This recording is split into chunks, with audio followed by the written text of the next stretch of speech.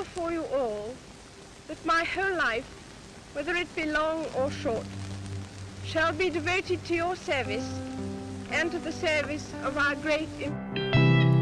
Harka fuuni daawwattoota keenya bakka jirtanitti nagaan isin haa qaqqabu. Akkuma beekamu ji'a kana keessa waa'ee mootittii biyya Ingiliz boqochuu ishee akka dhageessan abdiin qaba.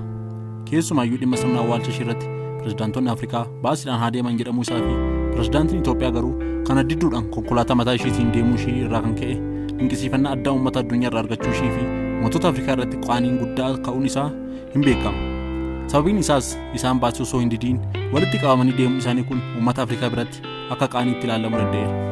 Haa ta'u malee qophiin har'aaf isiniif qabadhee dhiyaadhe dhimma mootittii Ingiliz Elsaabeet irratti yeroo ta'u du'a isheetiin wal qabatee wantoonni ajaa'ibsiisoo ta'an hedduun akka jijjiiraman hin dubbatama.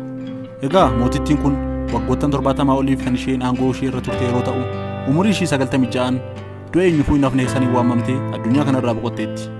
Amma ishiin mootii taatee turte keessatti Ameerikaan yeroo 14 pirezidaantii kan jijjiirte yeroo ta'u Kaanaadaan immoo yeroo 12ffaadhaaf pirezidaantii ishee jijjiirteetti. Haala poolitikaa addunyaa kanaa shira siyaasa hunda dandamattee waggoottan 70maaf bulchuun ishee baay'ee ajaa'ibsiisaa ta'uu danda'eera. Waggoota dheeraadhaaf mootii taatee haa turtu malee duuti ishee garuu baay'ee gaddisiisaa fi naasisaa ta'uudhaan keessumaa uummata biyya ishee baay'ee gaddisiiseera. Kanaafis sirna awwaalchaa addaa kan godhameef mootittii kanaaf pirezidaantonni addunyaa kanaa irratti argaman hundi achitti argamuudhaan gadda isaanii ibsachuu danda'aniiru. Du'a ishee booddas mucaan ishee Chaarles aangoo fudhachuun maqaa mootii Chaarles lammaffaa jedhuun aangoo itti darbuu danda'eera. Du'a ishee kanaanis wal qabatee wantoonni hedduun Ingiliz keessatti akka jijjiiraman beekameera. Mootittiin kunis mootittii Ingiliz jedhamuudhaan waan beekamtuuf mootittii Ingiliz qofa ishee se'u namoonni baay'ee. Haa ta'u malee isheen biyyoota 15 irratti mootii ta'uudhaan bulchiti.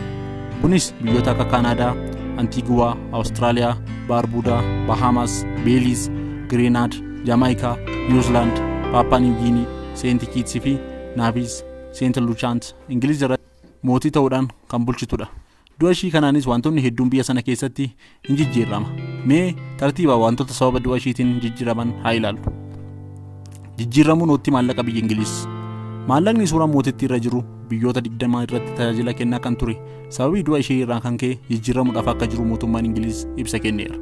Ingiliz keessatti qofa maallaqni suura ishee qabu kan hojii irra jiru saantima biliyoona 29 yeroo ta'u nootiin birrii immoo baay'inni isaa biliyoona 4.7dha. Maallaqni isaanii kun maqaan isaa paawundi kan jedhamu yeroo ta'u tokkichi isaa qarshii Itoophiyaa birrii 60tti hiikama.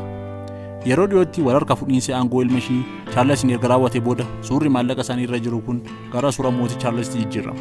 Kana malees suura ishee qabatee kan jiru teembiriin biyya sanaas akka jijjiiramu beekameera.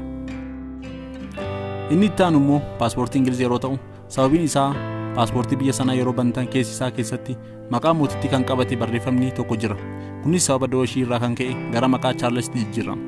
Yeroo ammaa kanas paaspoortii Ingiliz namni fudhatu kamiyyuu barreeffama maqaa Chaarles kan qabu kan fudhatu yeroo ta'u namoonni of harkaa qabanis adeemsa keessa akka jijjiiramu mootummaan Ingiliz beeksiseera. Inni kan biraan immoo faaruu biyyoolessa isaaniiti. Faaruun biyyoolessa mana barumsaa irraa kaasee hanga qophiiwwanii fi taphoota ispoortii adda addaa irratti kan akka faarfatamu hin beekamu.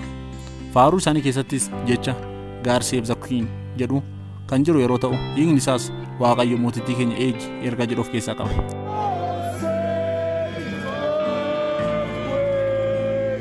Kunis gara God Save the King gara jedhutti akka jijjiiramu beekameera.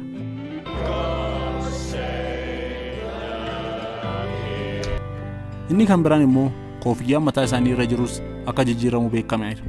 Koofiyyaan poolisoonni naannoo sanatti argaman uffatan kunis barreeffama ER lammaffaa kan jedhu kan qabu yeroo ta'u Elsaabeet Reejinaa kan jedhu bakka bu'a. Kunis gara barreeffama CR sadaffaa jechuunis Chaarles Reeks sadaffaa kan jedhamutti akka jijjiiramu beekameera. Inni kan biraan hin uumama jedhamee eeggamu diddaa ofiin of bulchinaa akka ta'u beekameera. Akkuma beekamu mootittiin biyyoota 14 Ingiliz malee akka bulchitu beekamaadha.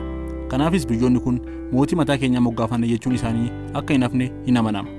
Hanga ammaatti Jamaayikaa dabalatee biyyoonni ja'a mormii dhageessisuun isaanii beekameera. Chaarlesis akkasitti biyyoota kanarratti mootii ta'uun isaa hafuu akka danda'u dubbatamaatii jira. Biyyoonni kunniin sirna mootiin buluu hin barbaannu yoo barbaachisaa ta'es mootiidhuma biyya keenya murna malee kan Ingiliz hin barbaannu jechuun yaada isaanii ibsataniiru.